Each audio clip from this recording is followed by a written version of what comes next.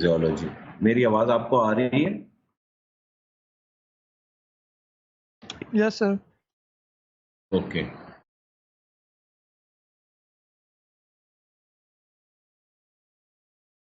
होगी आपको?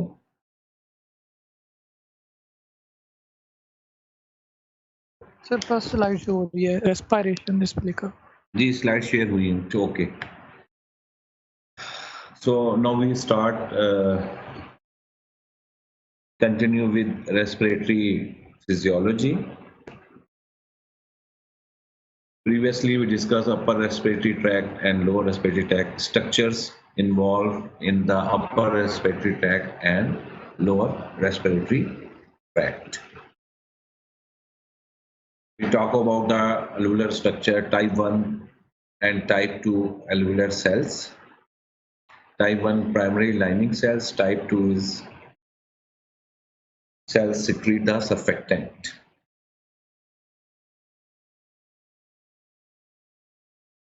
We have discussed the lobes of the lungs, right or left.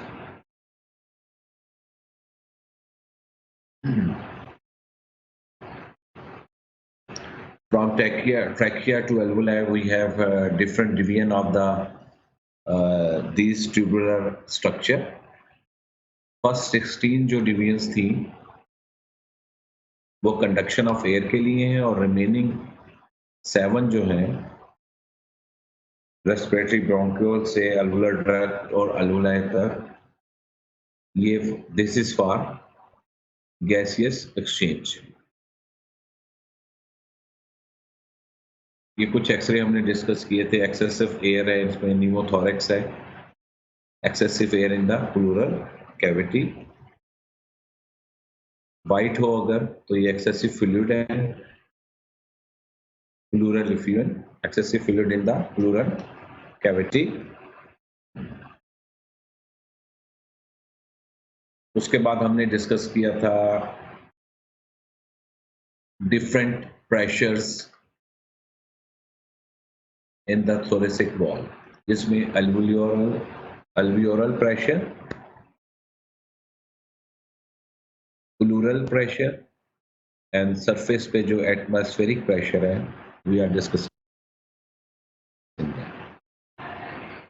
इसके अलावा ट्रांसम्यूरल प्रेशर्स होते हैं, जिसमें transpulmonary pressure, transthoracic pressure and trans respiratory pressures. We already discussed these things.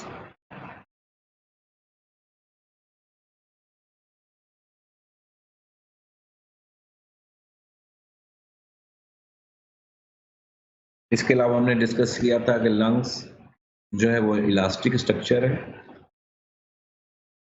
which tends to shorten back.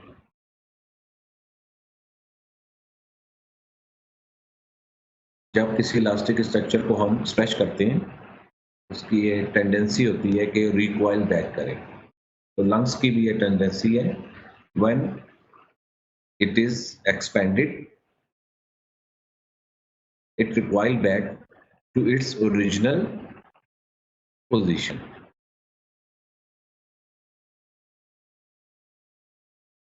We discussed this graph. Plural pressure है -5 है, inspiration में -8 तक गया है और अगेन एक्सपिरेशन में -4 या -3 तक। इसमें फ्लो है, इसमें वॉल्यूम है जो कि 500 ml हम अचीव करते हैं ड्यूरिंग इंस्पिरेशन, और नीचे जो बॉटम में है ये अल्वियोलर प्रेशर है, ठीक है। इंस्पिरेशन में -1 है और एक्सपिरेशन में +1 तक चला जाता है। This is alveolar pressure. How we will measure the pleural pressure? Direct needle से भी हो सकता है, लेकिन ये इन्वेसिव है, मे बी कॉम्प्लिकेट हो जाए और रप्चर कर दे कोई चीज अगर नीडल डायरेक्टली पास की जाए। अल्टरनेट मेथड ये है कि we pass a tube in the esophagus and up to lower 1/3, और इसको हम बलून से पैक कर देते हैं ताकि फर्दर एयर ना आए, और उसके बाद जो प्रेशर मैनोमीटर से हम अटैच होता है और उसमें रिकॉर्ड कर लेते हैं, तो this reflect the pressure in the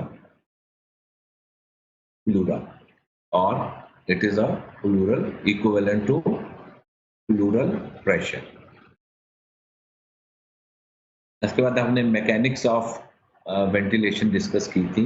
inspiration में क्या चेंज आएगी, और along with we discuss the muscles of inspiration, okay, most important उसमें diaphragm,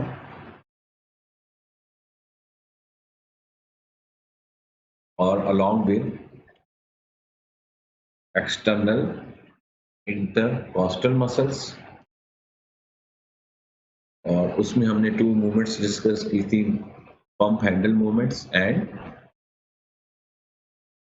bucket handle movement, when the external intercostal lift the ribs and sternum. So by this two types of movement, we increase the anterior posterior diameter of the thoracic cavity, and also we will increase the transverse diameter of the thoracic cavity while we lift the ribs and sternum.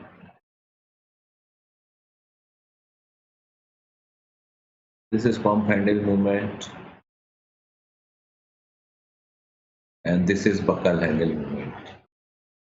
Ribs की upward movement, transverse diameter, or this is anterior posterior diameter when sternum is superiorly and anteriorly moved.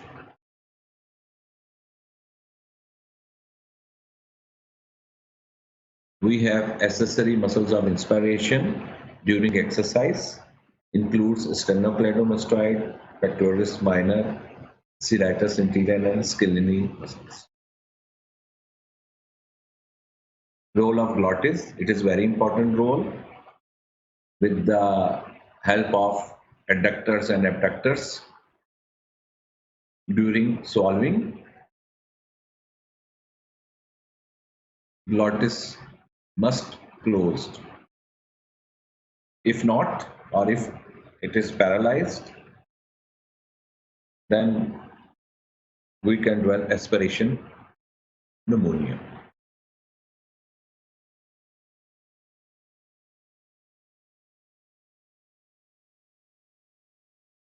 And during inspiration or respiration, glottis open होता है with the help of abductor muscles.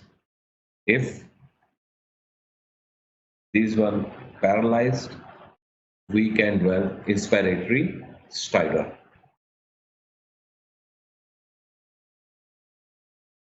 Then we also discuss quiet expiration. We know it is a passive process.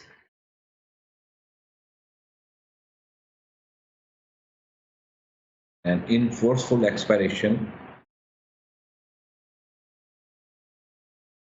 during exercise, vomiting, sneezing, and even during speech, we will need some assistant with expiratory muscles. Includes internal intercostal muscles and muscles of the abdominal wall, includes internal and external oblique, transverse abdominis, and rectus abdominis.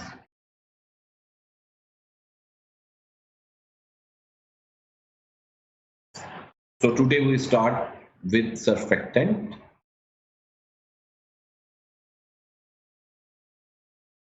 We know it is very important to reduce the surface tension. And this surfactant is composed of apoprotein, calcium, and phospholipids. Phospholipid कौन सा है? Di palmitoyl lecithin. and surfactant is secreted by type 2 cells, and it lowers the surface tension of the fluid lining the alveoli. If surfactant is deficient, it means we have increase in the surface tension. So it is inversely proportionate to surface tension. Function of surfactant is prevent collapse of lungs, and it stabilize size of the alveoli. Law of Laplace.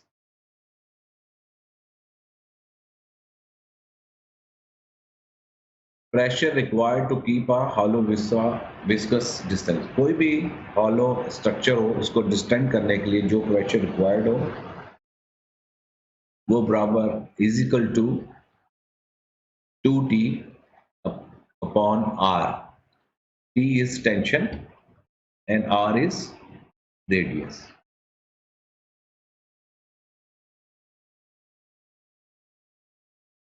इसको apply करते हैं हम अपने lungs पे.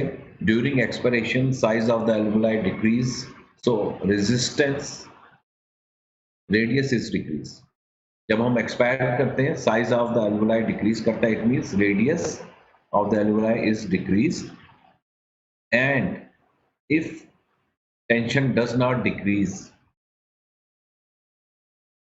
it means much higher pressure will be required to keep the alveoli distended.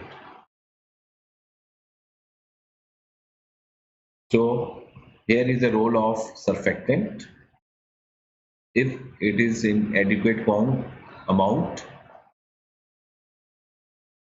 that if the radius is decreased, tension also decrease due to the presence of surfactant, and so increased pressure is not required to distend the alveoli, and this prevent the collapse of lungs and also stabilize the equal size of the alveoli. So surfactant is important to reduce the tension according to change in the radius of the alveoli.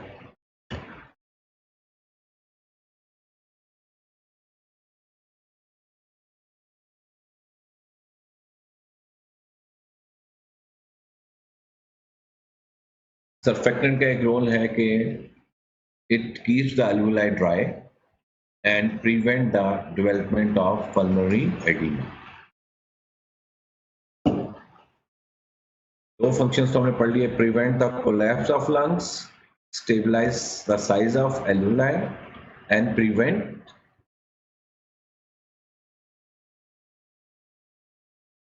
and it dry the alveoli and prevent the development of pulmonary edema.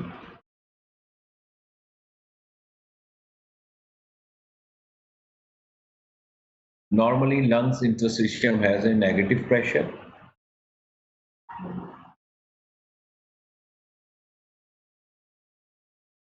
-8 तक भी है millimeter of mercury. Inside the alveoli, due to adequate surfactant, there is low surface tension and the pressure inside the alveoli is -3.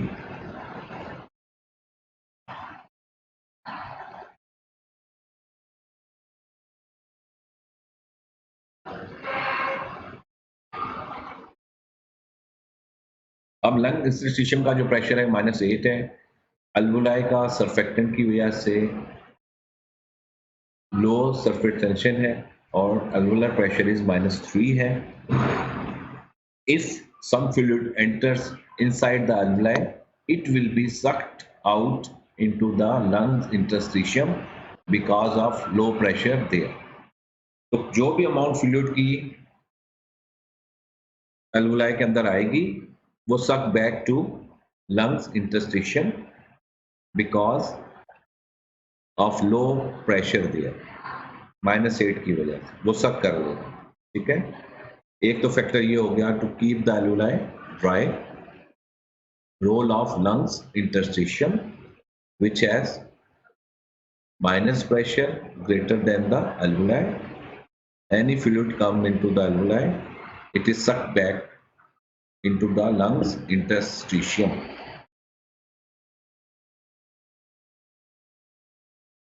Other factors may which keep the lungs dry or alveoli dry, narrow interstitial space, lungs capillaries are not very permeable. Permeable ज़्यादा नहीं होती ताकि leakage of fluid कम हो. And lymphatics are very efficient to drain out the fluid. So these are the reasons of which it keep the lungs dry.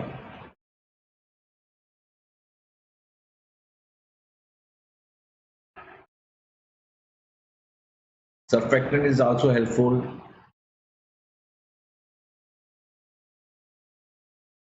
at the time of birth.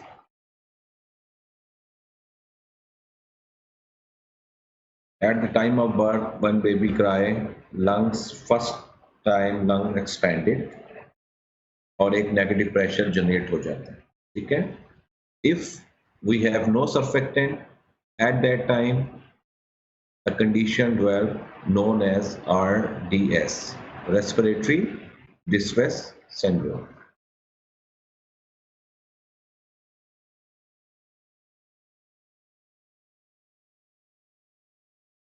Because in intrauterine life, surfactant formation begins at the 30 weeks of gestational age. तो intrauterine life में 30 weeks of gestational age पे surfactant formation शुरू हो जाती है, ठीक है? और by the time at the 37 weeks, more and more surfactant is produced, and when baby is born, ठीक है? And lungs are expanded, and surfactant is prevent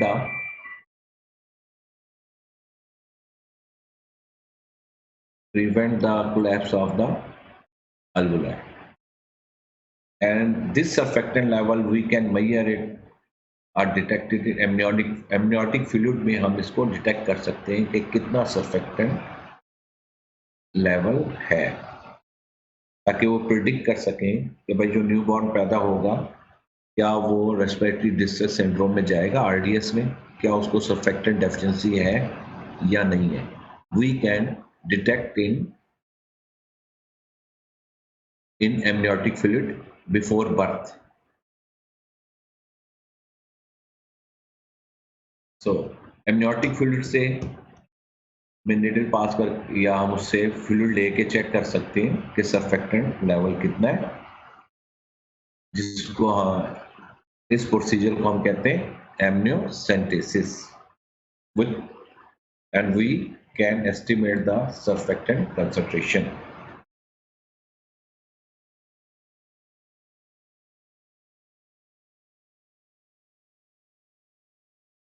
So we can sometimes we use glucocorticoids drugs or epinephrine to enhance the surfactant secretion.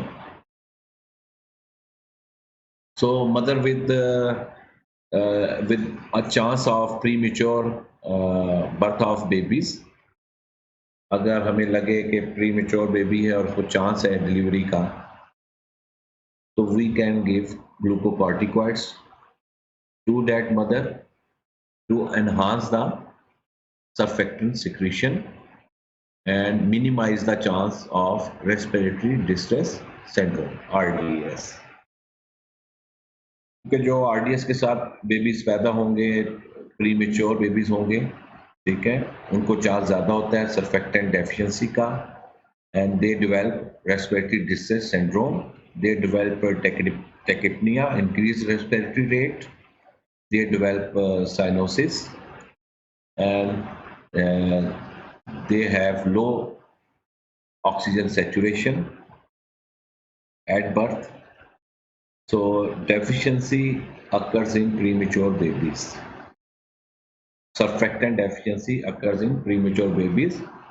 Babies of hypothyroid mother, babies of diabetic mother में भी chance है RDS का, surfactant deficiency का. And we know that surfactant increase the lung compliance and it prevent the collapse of alveoli.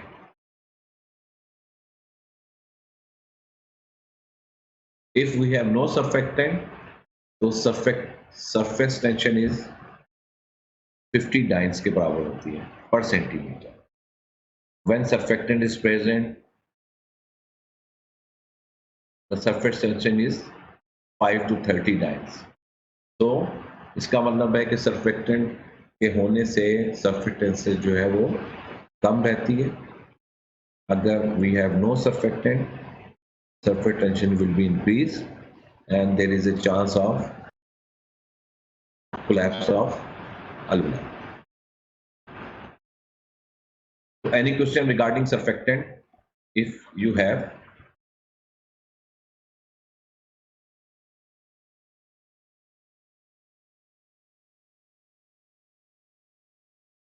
Ji. Sir Any question regarding surfactant? Sir इसका हमने एक function पढ़ा है, it prevents the pulmonary oedema. तो ये किस तरह करते जी. हैं? पल्मोनरी एडिमा में जब अलग से हम टॉपिक पढ़ेंगे ना, तब हमें समझ आएगा कि एक्चुअल कि पल्मोनरी एडिमा कैसे कॉज होता है और एडिमा सेफ्टी फैक्टर्स क्या हैं. ठीक है, तो मैं आपको दोबारा से इसमें थोड़ा सा डिफाइन कर देता हूँ. अब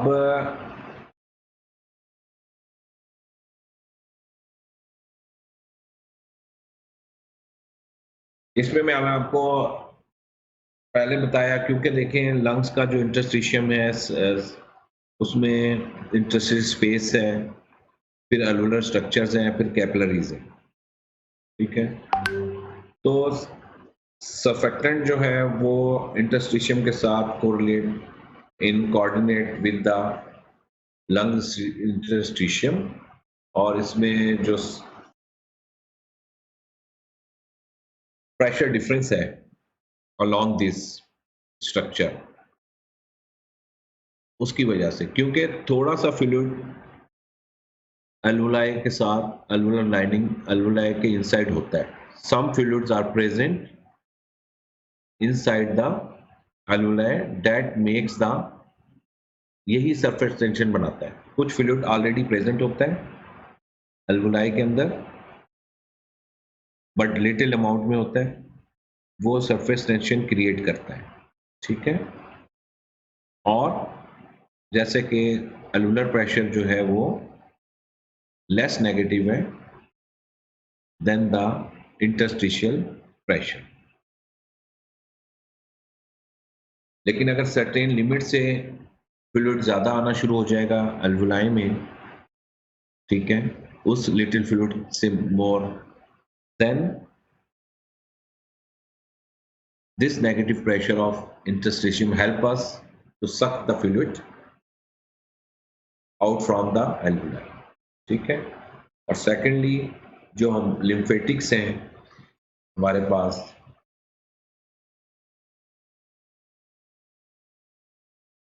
वो मोर पावरफुली ड्रेन करेंगी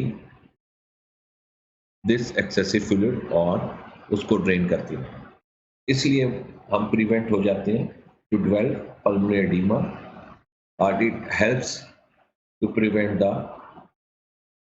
development of pulmonary edema.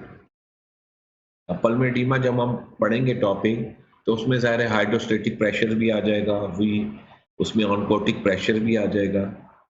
अगर हाइड्रोस्टेटिक प्रेशर कैपेसिटी से बढ़ जाता है तो again there is a chance of development of oedema, क्योंकि लिम्फेटिक एक हद तक ड्रेन कर रहे हैं, लेकिन आपका प्रेशर बढ़ गया है फ्लूइड का, तो लिम्फेटिक ड्रेन कर रहे होंगे, इंटरस्टिशियम वर्क कर रहा होगा, लेकिन क्योंकि आपका hydrostatic pressure due to some reason और ड्यू टू सम डिजीज बढ़ जाता है, तो we have development of pulmonary oedema.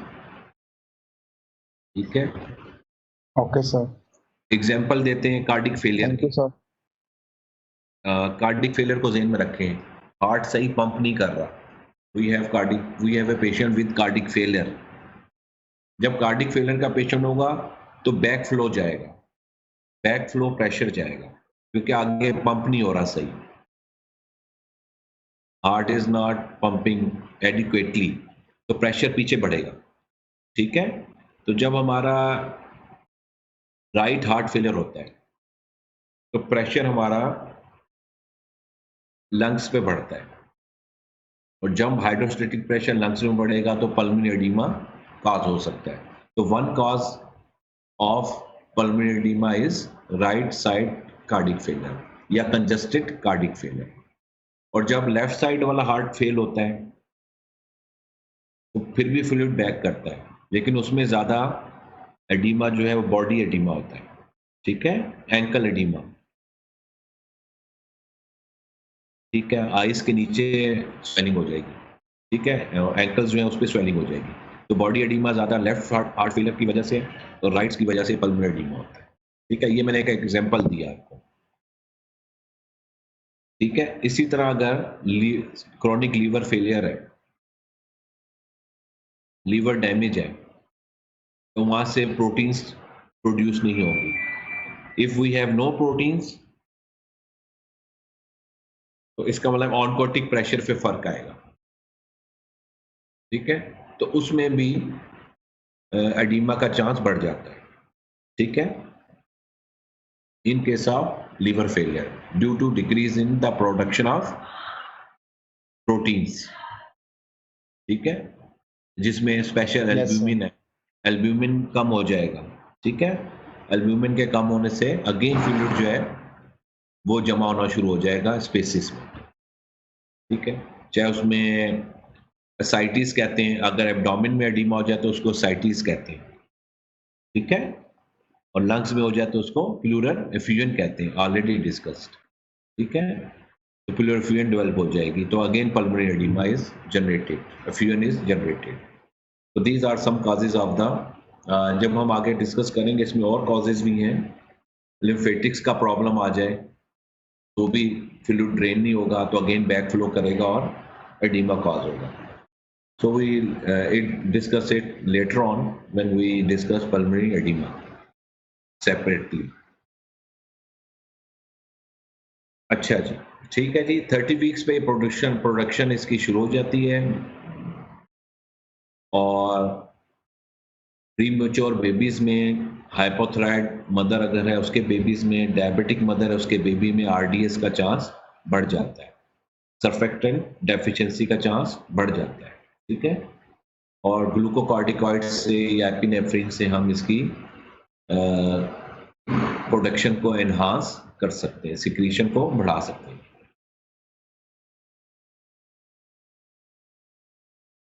Next we have a compliance of lungs and thorax. Compliance basically distensibility है ऑफ द लंग्स, कितनी ease से lungs expand हो रहा है, कितनी आसानी से लंग्स एक्सपैंड हो रहा है। तो compliance is the measurement of distensibility of the lungs. It indicates with how much ease lungs can be expanded.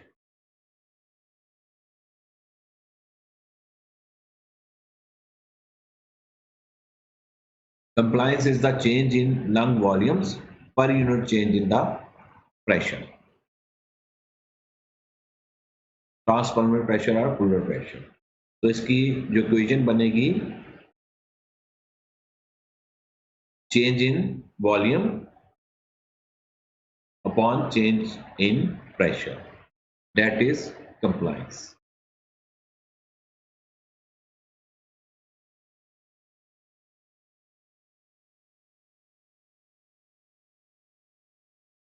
To measure compliance, ask the subject to inspire and expire.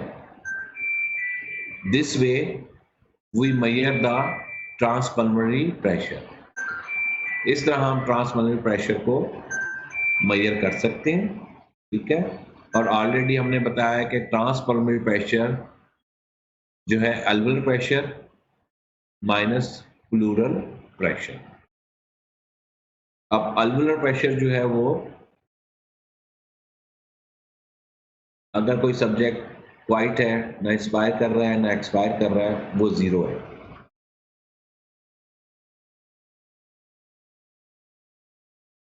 ठीक है, so transpulmonary pressure is, अगर alveolar pressure 0 कर दिया तो transpulmonary pressure is equal to pleural pressure के बराबर होगा।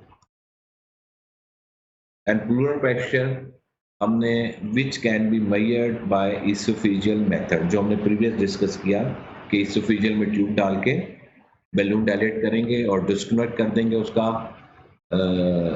Airways या माउथ से, और फिर इसको प्रेशर को मैनोमीटर से मेट करेंगे तो वो प्लूरल प्रेशर होगा। So transpulmonary pressure is equal to pleural pressure. एक ये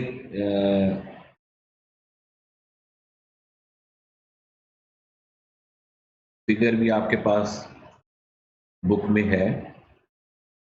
again in bottom we have pleural pressure, side पे आपका वॉल्यूम है।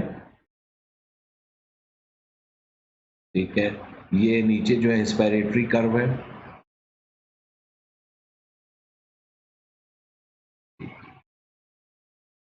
-4 से शुरू हुआ है। जैसे जैसे इंस्पायर करते जाएंगे प्लूरल प्रेशर मोर नेगेटिव होता जाएगा, -6, 7, 8, और ये आपकी फिर एक्सपायरेशन शुरू हो गई है downward. Again pressure go back to -4। और वॉल्यूम को आप देखें, जैसे जैसे इंस्पायरेशन बढ़ती जा रही है वॉल्यूम इनसाइड द लंग्स बढ़ता जा रहा है, और तकरीबन 500 ml या 0.5 लीटर जो वॉल्यूम ईच ब्रेथ के साथ इनसाइड हमारे जाता है, और जब एक्सपायर करते हैं तो उतना ही वॉल्यूम जो है वो एक्सपायर हो जाता है। This curve shows the pleural pressure versus lungs volume.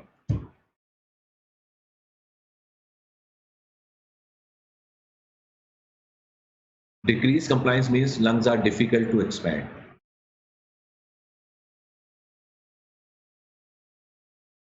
अब डिक्रीज कंप्लायंस किन कंडीशंस में होगा?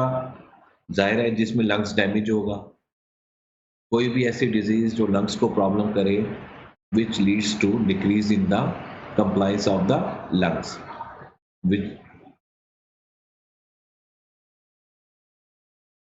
lungs are difficult to expand in disease condition like fibrosis, pulmonary fibrosis है, लंग्स के टिश्यू फाइब्रोज हो गए, वो स्टिफ हो गए, एक्सपैंड नहीं हो सकते, तो इसका मतलब compliance will be decreased. COPD, chronic obstructive pulmonary disease. ठीक है, लंग्स की जो ट्यूबिंग है वो कंस्ट्रिक्ट कर गई है, स्मॉल हो गई है। ठीक है, ऑब्स्ट्रक्ट हो गई, ऑब्स्ट्रक्शन कर रही है एयरवे को coming out of the lungs. तो chronic obstructive pulmonary diseases also decrease the compliance of the lungs. अगर effusion है, pleural effusion है, तो lungs expand नहीं कर सकेगा properly.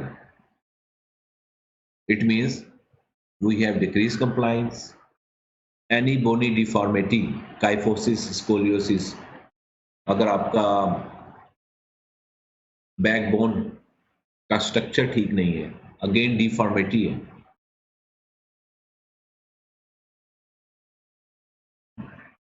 तो लंग्स जो है प्रॉपरली एक्सपैंड नहीं हो सकेगा, डिक्रीज कंप्लायंस होगा, सर्फेक्टेंट डेफिशिएंसी और डिक्रीज कंप्लायंस होगा, रेस्पिरेटरी मसल्स की वीकनेस हो या रेस्पिरेटरी मसल्स पैरालिसिस हो, again decrease compliance. So we have different diseases of the lungs which leads to decrease in the compliance, including fibrosis, atelectasis, COPD, FUN, any bony deformity, kyphosis, scoliosis, backbone problem, surfactant deficiency, respiratory muscle weakness. एक condition है जिसमें अल्वुलर septa अगर destruct हो जाए तो अल्वुलाई expanded ही रहेंगे, तो उसमें कंप्लायंस जो है इंक्रीज हो जाएगा, यानी हमारी कैपेसिटी जो है एयर इनसाइड एयर की वो बढ़ जाएगी if we have destruction in the alveolar septa.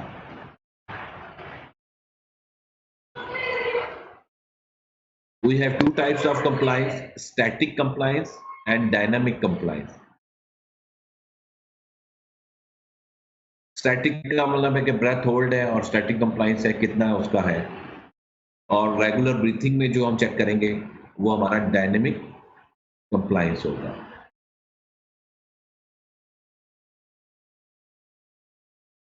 इलास्टेंस जो है इसके उल्ट है. It is reciprocal of compliance. Elastance, change in pressure upon change in volume. This is elastance.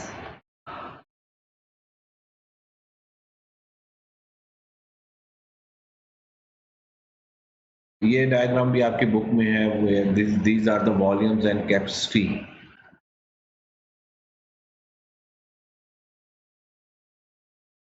And these volumes and capacity can be measured by spirometer. Spirometry आपका एक practical भी होगा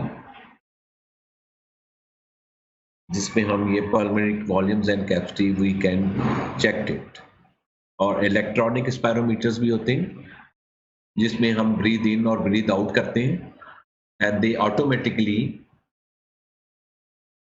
measure the pulmonary volumes and capacity.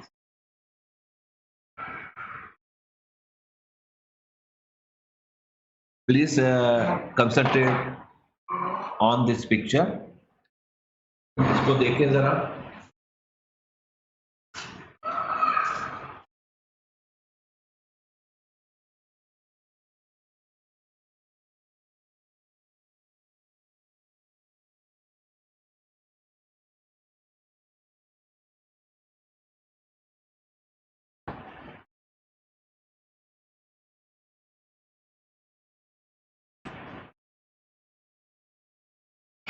Ji, how many volumes and how many capacities in this picture? Please tell me.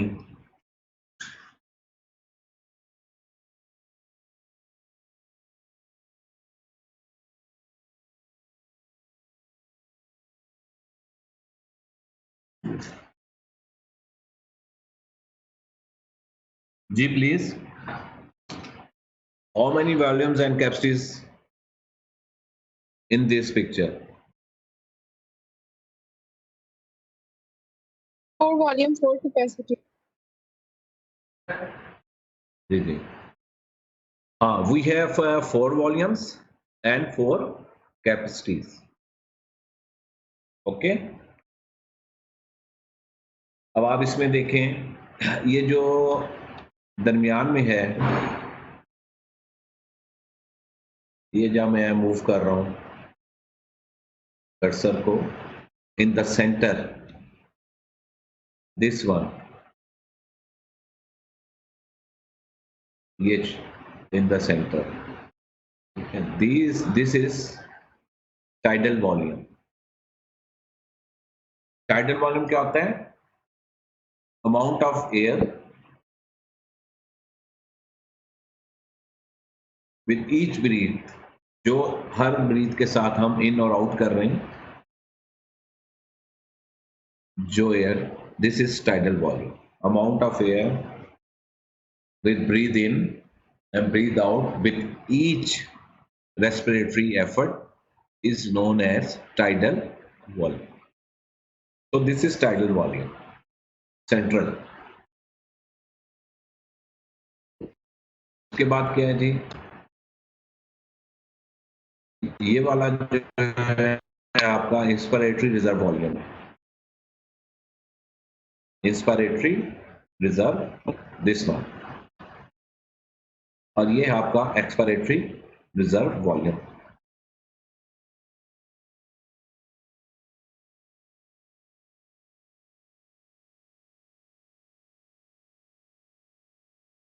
और ये जो bottom में है जी, this is residual volume.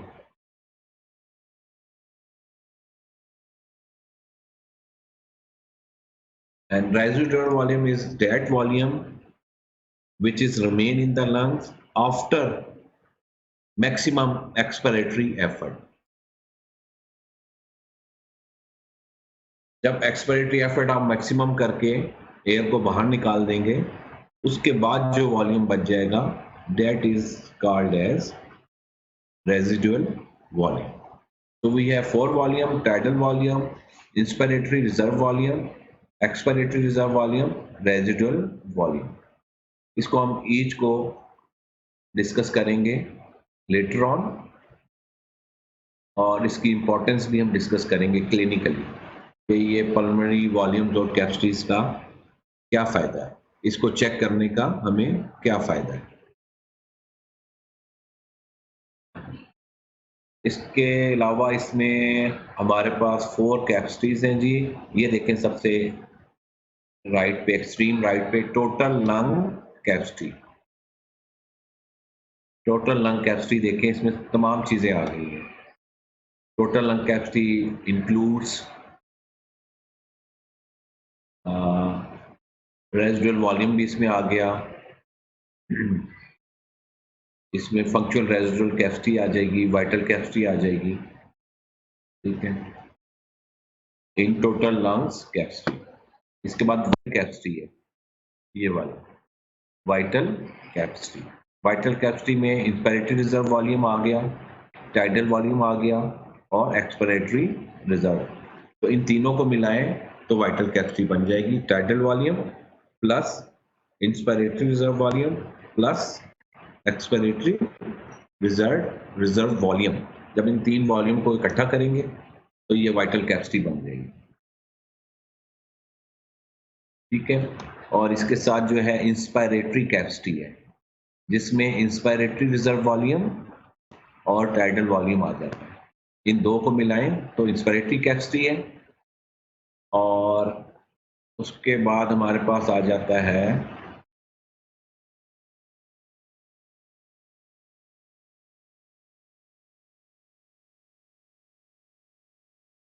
Total lung capacity हो गई, ठीक है। Functional residual capacity includes expiratory reserve volume and residual volume. So expiratory reserve plus residual volume is a functional residual capacity. Inspiratory reserve volume plus tidal volume, inspiratory capacity. Inspiratory reserve volume, tidal volume, expiratory reserve volume को plus करें तो vital capacity, और total lung capacity जो है उसमें फिर आपका vital capacity और प्लस रेजिडुअल वॉल्यूम, तो वो जो है आपका फिर टोटल लंग कैपेसिटी बन जाता है। तो एक और स्लाइड अब देख लें आप, ये picture table average pulmonary volumes and capacities for a healthy young adult man, ठीक है। टाइडल वॉल्यूम ऑलरेडी मैंने बताया 500 ml है, ओके। इंस्पिरेटरी रिजर्व वॉल्यूम जो है वो 3000 ml होता है। एक्सपिरेटरी वॉल्यूम जो है हमारा रिजर्व 1100, और रेजिडुअल वॉल्यूम जो है अबाउट 1200, ठीक है।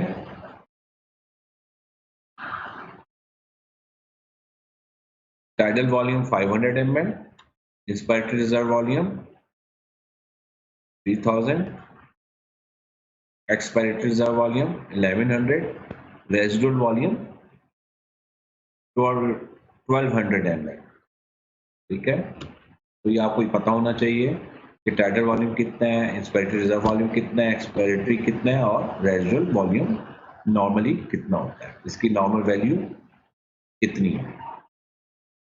नेक्स्ट ये कैपेसिटीज हैं, इंस्पिरेटरी कैपेसिटीज। इंस्पिरेटरी कैपेसिटी क्या थी, inspiratory reserve volume plus tidal volume. तो 3000 ये है और 500 ये है, तो 3500 ml is inspiratory capacity. Second है फंक्शनल रेजिडुअल कैपेसिटी। तो expiratory reserve volume plus residual volume, इन दोनों को प्लस करें तो 2300 बनता है and that is called as functional residual capacity. Vital capacity,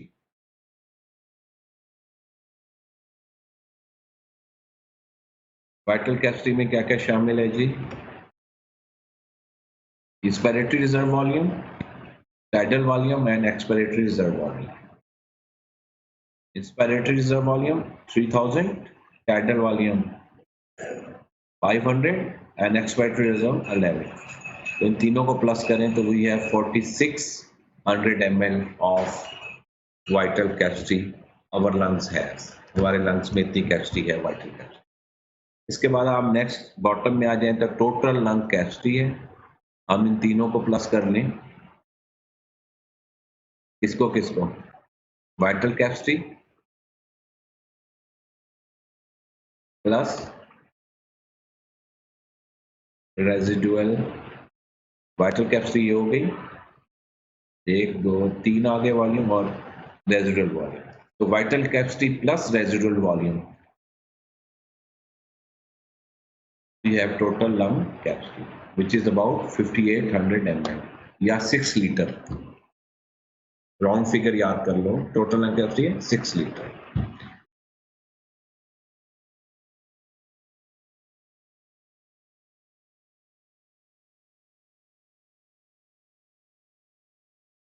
next हम डिस्कस कर लेंगे कि मैक्सिमम वॉलंटरी मिनट वेंटिलेशन क्या है, ठीक है, और एल्वियोलर वेंटिलेशन क्या होती है, इन दोनों में क्या फ़र्क है, ये हम नेक्स्ट करेंगे। और हम नेक्स्ट ये भी डिस्कस करेंगे कि इन वॉल्यूम्स और कैपेसिटीज़ का क्या रोल है, इनकी क्या सिग्निफिकेंस है, इनका क्या फ़ायदा है कि इनको चेक किया जाए, ठीक है। Next we discuss this thing including clinical, अलग-अलग भी डिस्कस करेंगे वाइटल कैपेसिटी अगेन, और इनकी क्लिनिकल इम्प्लीकेशन देखेंगे कि डिजीज कंडीशन में इनको चेक करने का हमें क्या बेनिफिट है, और इनको चेक करने से हम डिजीज तक पहुंच सकते हैं कि भाई इसको चेक किया ये डिजीज है, we can exclude the diseases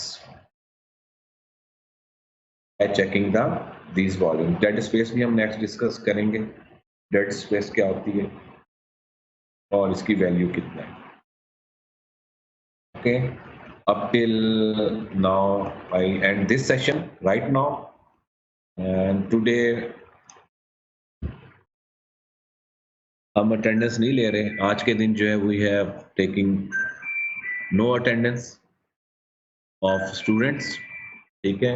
और ये आपको सोचना है कि अटेंडेंस आज मार्क क्यों नहीं हो रही, what is the reason behind that. So no attendance will be taken today.